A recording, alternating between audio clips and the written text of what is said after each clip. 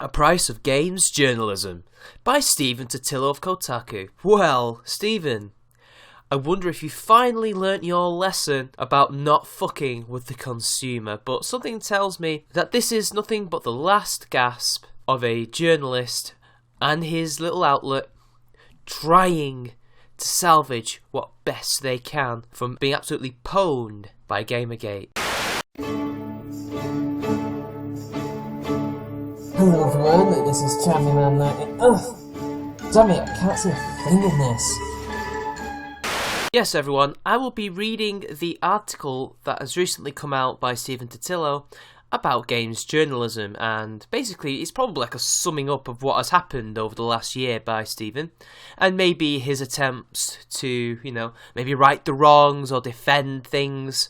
I don't know, this is all new to me. So, without further ado, let's begin. And he starts off with, for the past 2 years, Kotaku has been blacklisted by Bethesda, the publisher of the Fallout and Elder Scrolls series. For the past year, we've also been, to a lesser degree, ostracised by Ubisoft, publisher of Assassin's Creed, Far Cry, and more. In those periods of time, the PR and marketing wings of those two gaming giants have chosen to act as if Kotaku doesn't exist. They've cut off our access to their games and creators, omitted us from their widespread mailings of early review copies, and most galling, ignored all of our requests for comment on any news stories. Well, Stephen, I couldn't possibly think of why they wanted to blacklist you and your paper in particular. I mean, it couldn't possibly be due to your unethical standards and practices, but, I'm going to give you the benefit of the doubt here. So, let's move on and just see what Stephen thinks they got blacklisted for. Neither company has officially told us that we've been cut off. For a time, it was possible to make a good faith assumption that this was just a short-term disagreement. Maybe their spam filters were misplacing our emails. Maybe they'd get over it. Or perhaps they feared a repeat of 2007, when then Kotaku editor-in-chief Brian Crescente embarrassed Sony out of blacklisting this outlet for reporting the existence of then unannounced PlayStation projects. Well, you see, no wonder they feel that it was best to blacklist you, because you seem to have a bit of a knack for leaking the existence of projects that these companies do not want to be leaked to the public. Now yes, Sony has a terrible record when it comes to being hacked or leaked, but come on, that is still something that you shouldn't be doing as a publication. You should not be leaking information and reporting it, because that's illegal, but you can report on leaked information. They wouldn't have blacklisted you if you just reported on the leaked information. But let's continue, Stephen. Let's continue. The truth is that we've been cut off from Bethesda since our December 2013 report detailing the existence of the then secret Fallout 4. Ubisoft has been nearly radio silent since our December 2014 report detailing the existence of the then unannounced Assassin's Creed Victory, renamed Syndicate. When we ask representatives from either company for comment or clarification regarding breaking news, we hear nothing in response. When we ask them about their plans for upcoming games or seek to speak with one of their developers about one of their projects, it's the same story. Total silence. Ah yes, you mean that same December 2014 report where you basically leaked information that the Assassin's Creed Victory was coming out, and then reported on it. You leaking it, by the way, not other people leaking it, and you then commenting on the news. Because I think you'll find that that's unethical and kind of against the rules. Maybe even the law. You can't do that. And that is why Ubisoft and Bethesda have blacklisted you, because they don't want your grubby hands on their unreleased secret projects. They want to keep it silent until they are comfortable and ready to release the existence and information of these new games. And they consider the act of not talking to you at all as a way of, keeping you at arm's length. In fact, not even arm's length, a pole apart from you. So I don't blame them. This has happened at a PR and marketing level, leaving any developers at those companies who do want to talk to us or do want to facilitate Kotaku coverage of their games to do so on the sly. It is, after all, PR and marketing who try to control how big budget video games are covered. If they or their bosses don't value an outlet, that outlet is left out. I don't think that the other studios doing it on the sly, not at all. I just think that those two big companies don't want you leaking them, and maybe the others just trust you. Maybe they just think it was just one journalist and then all the rest are fine. It's just a few small bad apples, but sadly that's not the case though, is it? Because you've got a bit of a history behind this. I have no reason to believe they're doing it out on the sly. They're just doing it because maybe they're smaller than Bethesda and Ubisoft, and so therefore require the likes of you to get their game coverage. We're far from the only gaming media outlet, he continues, that has been blacklisted. It happens to smaller outlets. It happens to ones like Kotaku with millions of readers too. Well, technically you've got like hundreds of thousands nowadays, but never mind. It's not an uncommon occurrence in gaming media, though it's seldom discussed publicly. Yeah. The Bethesda blackout came after a year of reporting that was not always flattering to the Maryland-based publisher. In April 2013, we reported insiders' account to the troubled development of the still unreleased fourth major Doom game. In May of that year, we reported that Arcane Austin, the Bethesda-owned studio behind Dishonored, would be working on a new version of the long-missing in action Prey 2, and that some of the studio were not pleased about that. When top people at Bethesda started making statements casting doubt on our reporting, we published a leaked internal email confirming that those statements had misled gamers and that Arcane had indeed been working on a version of Prey 2. Again with the leaking, they don't like you leaking their shit and reporting on it. They don't like the fact that maybe what you've been reporting isn't entirely honest. But let's continue, Stephen. I'm going to give you the benefit of the doubt. The current Ubisoft blackout is actually the second in as many years. The company tried a similar approach in the spring of 2014, after we published early images of the then unannounced Assassin's Creed Unity, images that had been leaked to us by an independent source. That article confirmed news about the company's extraordinary plans to release two entirely different AC games in the fall of that year. One for new consoles and one for old. Ubisoft had warmed back to Kotaku by the summer of 2014, several months after the Unity report, but has cold-shouldered us since the victory story 1 year ago. It's possible other articles angered them too, but that victory piece is a safe bet. Yes, because you leaked it yourselves and reported on it, which is not what you're supposed to do. You see, it seems to me that he's trying to paint Kotaku as nothing but the victim here. That, it's not our fault, we only reported the news. Well, no, you did it unethically. You may have done what you thought was right, but you're the one who's got the journalist major, or the whatever you have. You have a master's in journalism, don't you, Totilo? You should know what you're doing is wrong, and what you're doing is pushing big developers away and starving your website of readership and sales and reviews. You can't review these games until they come out now. This is all your fault. This isn't the company's just deciding to be bad to you because they can. I'm sure some people will sympathise with Bethesda and Ubisoft. Some will cheer these companies and hope others follow suit. They will see this kind of reporting as upsetting, as ruining surprises and frustrating creative people. They will claim we are hurting video games, and as so do many, mistake the job of entertainment reporting for the mandate to hype entertainment products. Well, yeah, people will sympathise because you're a well-known, horrible, journalistic entity that do nothing but really do hurt gaming and the gaming community. Just look at your history. Gamergate, Mass Effect 3, etc. You were all there. You were all dipping your toes in shit. We have no sympathy for you. And we do have sympathy with Bethesda and Ubisoft because you were ruining surprises. You were leaking things that shouldn't have been leaked. You have nothing to blame but yourselves. We serve our readers, not game companies, and will always do so to the best of our ability, no matter who in the gaming world is or isn't angry with us at the moment. You don't serve our readers, then how come we are considered to be dead? You consider gamers to be dead. You're anti-Gamergate. If you truly served your readers, you would be pro-Gamergate, you would be pro-consumer, but no, you are only at the service of people like Anita Sarkeesian, Zoe Quinn, and other indie game developers, and hey, even some AAA developers. You don't care about the consumers. If you did, you wouldn't be having to write this article now, would you? In some ways, the blacklist has been even instructive. Cut off from press access and pre-release review copies, we have doubled down on our post-release embedding approach to games coverage, with experience of the year's biggest games from street level, at the same time and in the same way as our readers. That doesn't make you one of us. You're just someone who's being punished for what you have done to others. And I have no sympathy, you're not one of us, you'll never will be.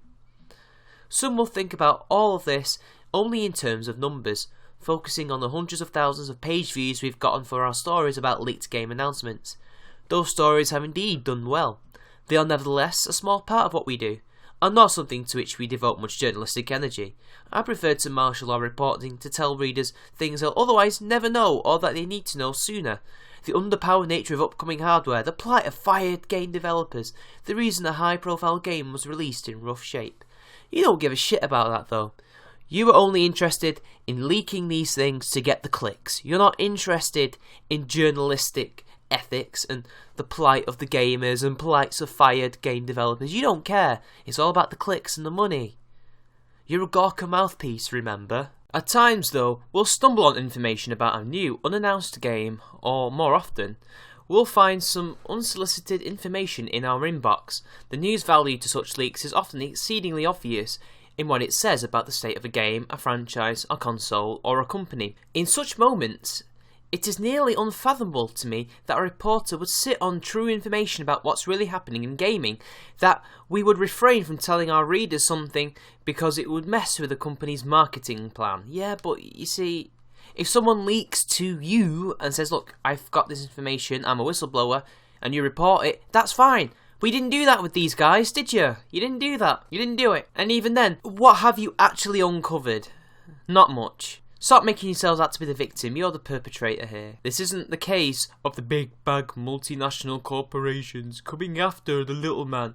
No, especially since the ideological sway that you guys have over them. But never mind, I'm glad that these two developers have decided to just cut ties and leave. It's brilliant. Too many big game publishers cling to an irrational expectation of secrecy and are rankled when the press shows them how unrealistic they're being. I'm sorry, but it is their right to keep these games a secret until they are ready to release them to the press and the public. I'm sorry, but it's not unrealistic. It is not irrational. It is perfectly rational to want to hide the information about a new game so that you can create a buzz about it. We didn't find out about Fallout 4 for years until, it got leaked by you. It would have been an amazing surprise to be like, oh my god. Why do you think people are still talking about Half-Life 3? Do you not think that Valve aren't making it? I'm sure they're probably making it as we speak, but then refusing to tell us about it until they feel that it's at a specific place in its development time where they can release to the world that, yeah, Half-Life 3 is coming out. I don't see how unrealistic that is. Why? Just because you think that we should know about it earlier doesn't mean that overall you are correct. Because I think you'll find that you're not correct. And the backlash from the public and these gaming companies suggests otherwise. There will always be a clash between independent reporters and those seek to control information. But many of these companies appear to believe that it's actually possible in 2015 for hundreds of people to work dozens of months on a video game and for no information about the project to seep out. They appear to believe that the general public will not find out about these games until their marketing plans say it's time. Well, maybe you're right. Maybe it won't be a secret forever. Maybe someone will leak it. But so what? It's different when Kotaku itself leaks this information. Kotaku itself leaks information about Assassin's Creed Syndicate, formerly Victory, and is then blacklisted and wonders why the hell they've been blacklisted. That is wrong.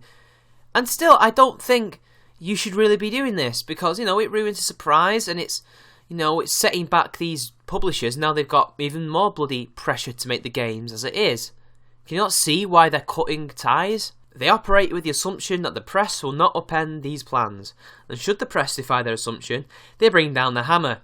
We make our own judgments about what information best serves the news value of a story, and what our readers would prefer not to know, which is why, for example, we omitted key plot details from the Fallout 4 scripts that were leaked to us. We keep covering these companies' games, of course. Readers expect that. Millions of people still read our stories about them. He still thinks that millions of people read Kotaku. The companies just leave themselves a little more out of the equation. No. Stop this false veneer of superiority and victimhood, okay? Just for one moment. Just because you think it's right doesn't mean it's right to everybody else. You seem to be thinking that just because it's right for you, it's right for everyone else. That is not the case. You're not leaking Watergate, which is, public information that needs to be known. No, instead you're just, leaking when a game is being made, when a game will be released, or a game that nobody knows about. Nobody needs that information until the developers say so, or the publishers say so. This isn't Watergate, for fuck's sake. You are not the kind of publisher, the publishing fucking gaming press type article that decides, oh yeah, we're gonna help the gamers and tell them about things that they need to know. We don't necessarily need to know that it's being made yet. We don't. And this is just why you are failing as a business, and while Gorka is going up in flames, and why you have to write this fucking article, this shit piece of an article. I've held my tongue in talking about Bethesda and Ubisoft publicly for a long time. I did so initially while trying to achieve mutual understanding with both companies behind the scenes. That failed. I prioritised covering these companies and their games as we would any other, reporting and critiquing them neither with rancour nor attempts to curry favour. I trusted that in time it would be appropriate to loop readers in. Who cares? You deserve it because your behaviour has been fucking horrible. You have no one to blame but yourself, Totilo. But you'll never, ever, ever admit that because you're Stephen Totilo. In recent weeks, readers have asked questions. They've wondered why I, someone who has enthusiastically covered Assassin's Creed games for years, didn't review the most recent one.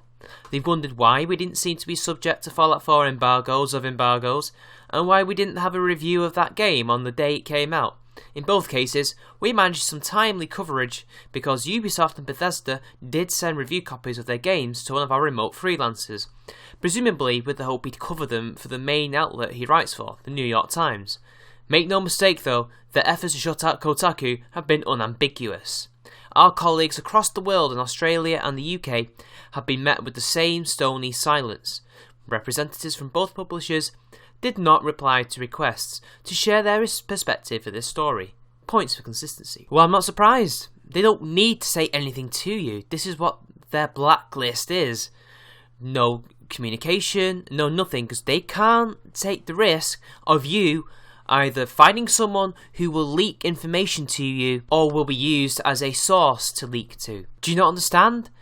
You have breached their trust, Totilo. You have breached their trust. But never mind, you seem to just not understand the situation at all, and it's just a slight on Kotaku and Stephen Totilo by the big horrible gaming publishers. For the better part of 2 years, two of the biggest video game publishers in the world have done their damnedest to make it as difficult as possible for Kotaku to cover their games. No, they just don't want you to. They've not made it difficult, they just flat out refuse to talk to you, to share information with you.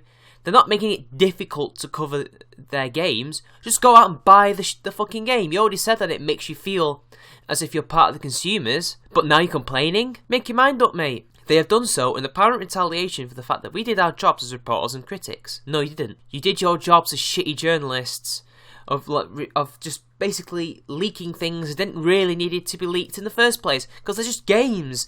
They're not something that could, destroy the company or anything, something that we need to know as consumers. I don't care when Fallout 4 is coming out, because they'll tell me if it's coming out or not. I don't need you to tell me. We told the truth about their games, sometimes in ways that disrupted the marketing plan, other times in ways that shone an unflattering light on their products and company practices. Who cares about the marketing plan? Who cares? And so what if you shone an unflattering light on them or their practices? That's freedom of speech, which, funnily enough, you only seem to care about now that you've been blacklisted rightfully by publishers. Who cares about their practices? That's already been dealt with other more proper and authoritative news article outlets than you. Sorry, but I'd much rather listen to them than you. Both publishers' actions demonstrate contempt for us and by extension the whole of the gaming press. Well, I'm not surprised that they show contempt for you, because you do nothing but demonise their consumers, who, by the way, they're also gamers. Do you not think maybe your anti-gamer opinion and stance is saying to them, these people, why do we have to market our games with them when we can just go to other outlets who, like our fans, who like gamers, who will not shit on anything we do and call us sexist and misogynist and all these names under the sun because of agenda. They don't want your agenda interfering with them. That's why they would hamper independent reporting in pursuit of a status quo in which video game journalists are little more than malleable servile arms of a corporate sales apparatus. It is a state of affairs that we reject. Yeah, sure. And, you've totally not been guilty of that, ever. I mean, totally. Kotaku readers always deserve the truth. You deserve our best work. It doesn't matter which company is mad at us today, or which companies get mad at us in the future, you'll continue to get it. But they're gonna get it anyway by the companies. Who cares? They're gonna be told when a game is coming out, what a game is gonna be like, what the game's gonna have inside it, etc, etc. Business practices? I'll give you that one. Surely business practices do need to be shed a light on. But that is not really the reason why they blacklisted you. They blacklisted you because of the leaks. Who cares about the shoddy business practices? That's their fault that they have to deal with, not you. But Stephen, continue the victimhood narrative while your fucking company just collapses all around you, and Gorka also burns down alongside you because it's fantastic. Anyway, people, this has been Charming Man 93, and I'll see you later.